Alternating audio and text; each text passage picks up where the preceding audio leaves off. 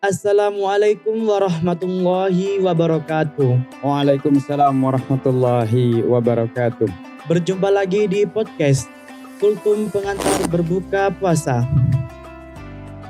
Majelis Tabligh Pimpinan Daerah Muhammadiyah Kota Probolinggo. Alhamdulillahirabbil alamin. Segala puji bagi Allah Subhanahu wa taala yang telah memberikan kita nikmat iman dan Islam. Salawat serta salam semoga tercurahkan kepada junjungan Nabi Muhammad SAW, keluarga, sahabat, serta orang-orang yang mengikuti beliau hingga akhir kiamat. Sahabat sekalian, pada episode kali ini kita akan membahas dua tema yang sangat penting dalam kehidupan seorang muslim, yaitu 3 jenis hati manusia. Assalamualaikum Ustaz. Waalaikumsalam warahmatullah. Gimana Ustaz kabarnya? Alhamdulillah sehat. Alhamdulillah. Kali ini kita akan membahas tentang itu ya Ustaz, jenis 3 hati manusia ya. Ya betul. 3 jenis hati manusia. Betul sekali. Manusia memiliki peran yang sangat penting. Yang ditentukan baik buruknya manusia itu yaitu terdapat dalam satu daging yang kecil. Sebagaimana Rasulullah SAW bersabda, "Ala wa inna fil jasadi mudghah. Idza saluhat saluhat jasadu kulluhu wa idza fasadat fasadat jasadu kulluhu. Ala wahiyal qalbu." Ingatlah bahwa di dalam jasad itu ada segumpal daging. Apabila daging itu baik, maka seluruh jasadnya baik. Begitupun sebaliknya, apabila jasadnya itu rusak, jelek, maka seluruh jasadnya rusak. Ketahuilah, segumpal daging itu adalah ala wahiyal qalbu, yaitu hati. Begitu. Oh gitu ya Ustaz ya. Terus baik, kita mulai dengan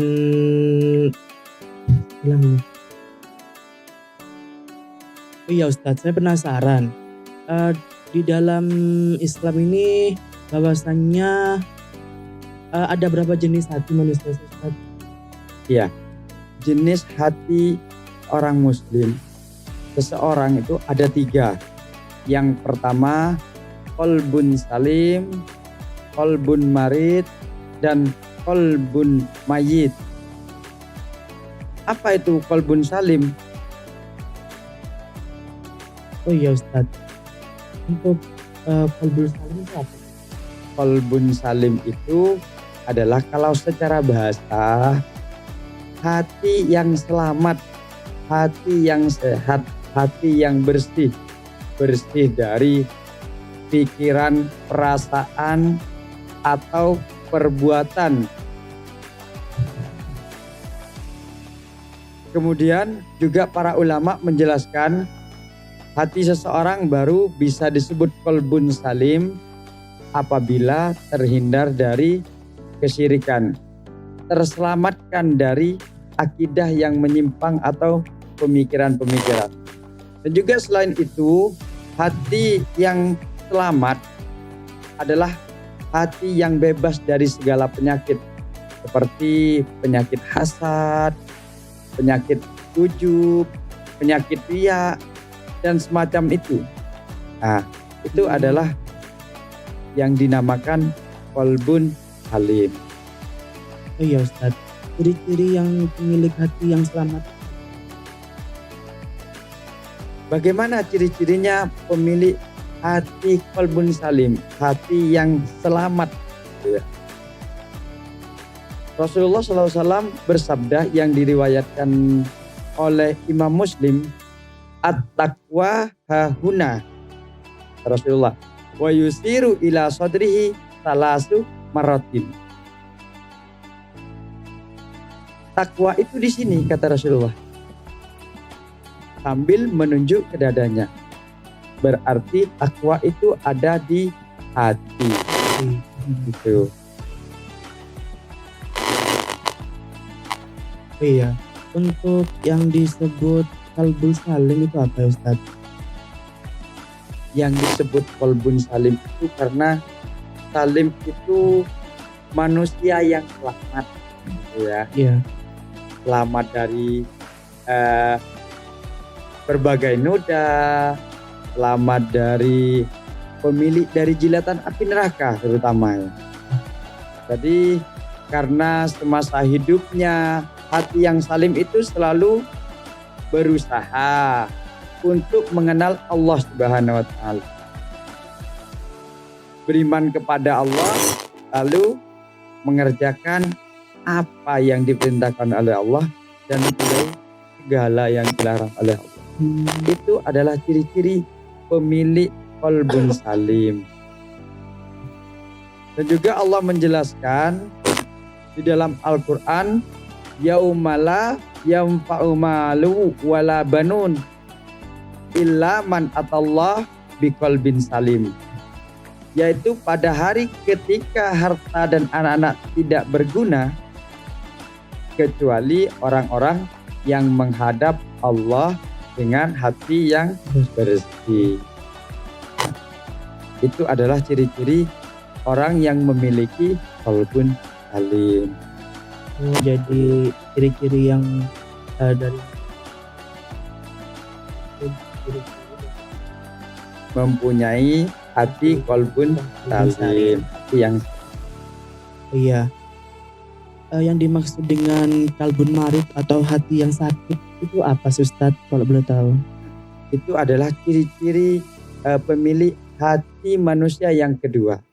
Yang pertama tadi yang Ustaz sampaikan qalbun salim, qalbun marid, ada qalbun mayyit. Sekarang apa qalbun marid? Qalbun marid itu hati yang sakit, hati yang di dalamnya terdapat keimanan tetapi tercampur dengan juga kesyirikan. Beriman kepada Allah, dia baca Al-Quran tetapi masih hobi bermaksiat. Itu. Nah, itu hati yang sakit. Hati ini masih hidup tetapi sedang terjangkit berbagai virus. Kurang ikhlas beramal gitu. Terus iri, dengki, merasa hebat, juga suka pamer atau bahkan gila kehormatan. Itu adalah ciri-ciri orang yang mempunyai qalbun marid. Karena Allah Subhanahu wa taala menyebutkan kondisi hati seperti ini yaitu terdapat dalam surat Al-Baqarah ayat ke-10. Fi qulubihim maradun fazadahumullahu maradah walahum adzabun alimun bima kanu yaktibun. Di dalam hati mereka ada penyakit. Lalu Allah menambahkan penyakitnya itu dan mereka mendapat azab yang pedih karena mereka berdosa. Jadi itu adalah hati yang sakit. Mereka ingat Allah tetapi juga melaksanakan apa yang dilarang oleh Allah. Iya. Yang dimaksud hati menjadi sakit itu apa itu? Penasaran. Penyebabnya banyak. Iya. Penyebabnya. Penyebabnya apa? Penyebabnya yang menjadikan hati yang sakit itu secara garis besar, penyakit hati yang menyebabkan qalbun marid itu yang pertama penyakit syubhat. Kemudian yang kedua penyakit syahwat. Apa penyakit syubhat itu? Penyakit syubhat itu yang membuat seseorang tidak bisa membedakan yang hak dan yang batil, yang benar dan yang salah. Sedangkan syahwat itu yaitu membuat seseorang terjerumus ke dalam kemaksiatan. Kemudian penyebab lain juga sering terjadi yaitu pergaulan. Ya. Sekarang sangat marak sekali. Iya, Ya. betul. Teman yang baik, maka ada pepatah yang menyampaikan ketika kita berteman dengan seseorang penjual minyak wangi kan gitu ya. Iya. Maka kita meskipun tidak membeli, kita mendapat wanginya. Begitupun juga ketika kita berteman dengan orang tukang las. Nah, meskipun kita tidak mengelas, kita mendapat bau sangit kan itu. Jadi terlalu lingkungan ya. Juga pergaulan yang buruk. Nah, terlalu banyak tertawa dan juga membicarakan hal-hal yang tidak bermanfaat. Jadi untuk hati yang sakit itu, hal ini sedikit demi sedikit akan berubah menjadi hati yang mati. Ketika sudah terlalu banyak perbuatan maksiat, terlalu banyak perbuatan syubhatnya tadi, maka secara tidak kita sadari hati kita menjadi hati yang qalbun mayyit nantinya.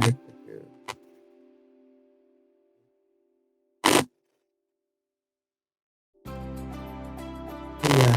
Yang dimaksud ketiga tadi, qalbun mayyit itu hati yang mati, apa maksudnya Ustaz? Nah, ini hati yang ketiga. Ini hati yang paling parah kan gitu ya. Iya. Hati yang mati kan gitu. Qalbun mayyit, hati yang mati adalah hati yang tidak mengenal Tuhan. Ya. Tidak beribadah, kemudian tidak taat, juga bermaksiat. Ya. Dan selalu menuruti hawa nafsu. Itu qalbun mayyit. Orang yang seperti ini tetap dijadikan teman dekat karena bergaul dengannya akan meracuni atau membawa kehancuran.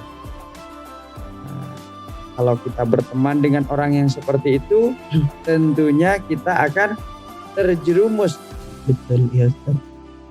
Jadi Allah berfirman itu dalam surat Al-Kahfi ayat 28 itu, wala tuti man aghfalna qalbahu an dzikrina wattaba'a hawahu wa kana amruna furuta. Dan janganlah engkau mengikuti orang yang hatinya telah kami lalaikan dari mengingat kami, serta menuruti keinginannya dan keadaannya sudah melewati batas. Jadi itu adalah qalbun mayyit. Oh iya. Hati yang mati itu menurut para ulama itu apa ya Ustaz? Saya itu sangat penasaran dari apa namanya hati yang mati itu dari para ulama menurutnya. Para ulama itu menyebutkan hati yang mati itu adalah hati yang gelap, hati yang jauh dari sinar hidayah dari Allah. Bahkan lebih berbahaya daripada jasadnya yang mati. Kalau jasadnya yang mati hanya memutus seseorang dari kenikmatan dunia. Sedangkan hati yang mati itu memutus seseorang dari kenikmatan dunia dan akhirat. Perumpamaannya seperti rumah yang kosong yang sudah puluhan tahun tidak terhuni, sehingga dipenuhi dengan serangga kan gitu ya, ular atau binatang-binatang yang berbahaya.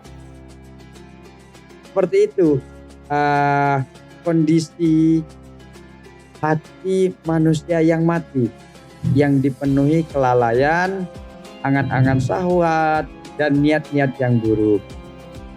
Seperti itu. Itu adalah ciri-ciri hati yang mati, lebih berbahaya daripada jasadnya yang mati. Oke. Iya, dari pembahasan kita dari tadi ya Ustadz ya, kita tadi tuh dari pembahasan qalbul salim yaitu hati yang bersih dan selamat, dan qalbul marid hati yang sakit, dan yang terakhir itu qalbul mayyit, hati yang mati. Ya.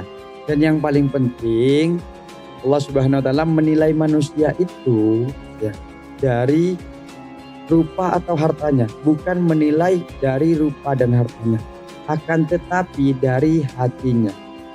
Bagaimana Rasulullah Shallallahu Alaihi Wasallam itu bersabda, Innallaha la yanduru ila ajsamikum wala ila suwarikum walakin yanduru ila qulubikum wa a'malikum.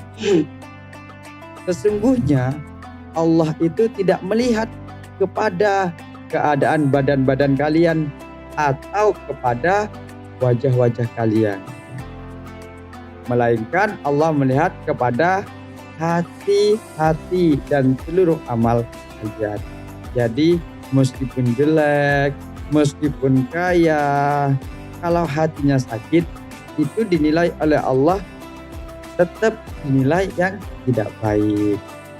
Tetapi meskipun jelek, dia bahkan cacat, tapi hatinya baik, maka dia termasuk orang yang selamat. Selamat di dunia, selamat di akhirat. Ya, itu. Udah dijelasin sama ustadznya dari perihal dari tiga jenis macam. Dari yang pertama Qalbun salim, qalbun marid, dan qalbun mayit. Qalbun mayit, hati yang hati. Semoga Allah menjadikan hati kita termasuk qalbun salim, hati yang bersih ketika kita kembali kepadanya. Amin, mudah-mudahan Allah mengabulkan. Terima kasih Ustadz telah meluangkan waktunya untuk mampir di acara podcast Kupas kali ini. Oke teman-teman, sekian dari acara pada hari ini, podcast Kupas Hukum Pengantar Berbuka Puasa Majelis Taklik Pimpinan Daerah Kota Probolinggo. Wassalamualaikum warahmatullahi wabarakatuh. Waalaikumsalam warahmatullahi wabarakatuh.